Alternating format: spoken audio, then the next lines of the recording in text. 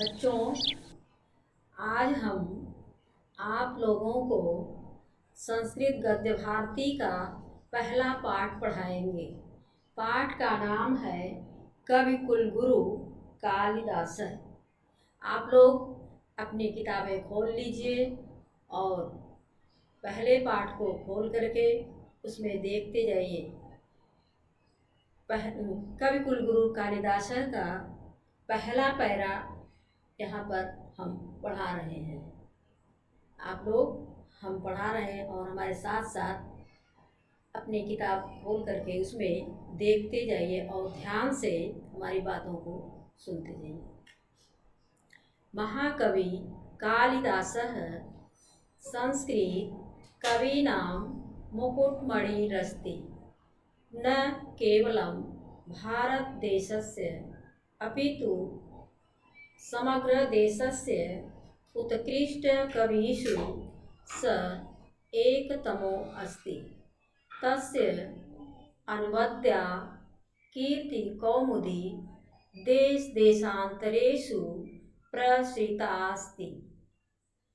भारतदेशे जन्म लब्ध्वा स कविकर्मणा देववाणीम् अलङ्कुर्वाणः स न केवलं भारतीय कवि अस्ति अपितु विश्वकवि रूपेण सर्वैः आदृयते। अब फिर से सुनिए इसका अर्थ। महाकवि कालिदास है। महाकवि कालिदास संस्कृत कवि नाम संस्कृत कवियों के मुकुटमणि रस्ते शिरोमणि हैं। न केवल भारत देश के अपितु बल्कि समग्र देशस्य संपूर्ण देश के उत्कृष्ट कविषु उच्च कोटि के कवियों में वे एकतमो अस्ति, वे अद्वितीय हैं। तस्य उनकी अनवद्या दोष रहित कीर्ति कौमुदी यश रूपी चांदनी देश देशांतरेषु देश विदेशों में प्रसृता अस्ति फैली हुई है। भारत देश में जन्म लब्ध्वा जन्म लेकर के स्वकवि कर्मणा अपने कवि कर्म से देववाणी संस्कृत भाषा को अलंकुर्वाणः अलंकृत करते हुए स वे न केवल भारतीय कवि अस्ति हैं अपितु बल्कि विश्वकवि के रूप में सर्वैः आदृयते सभी लोगों के द्वारा आदरणीय हैं। फिर से हिंदी अर्थ एक बार सुन लीजिए। महाकवि कालिदास संस्कृत कवियों के मुकुटमणि हैं। न केवल भारत देश के बल्कि संपूर्ण देश के उच्च कोटि के कवियों में वे अद्वितीय हैं। उनकी दोष रहित यश रूपी चांदनी देश विदेशों में फैली हुई है।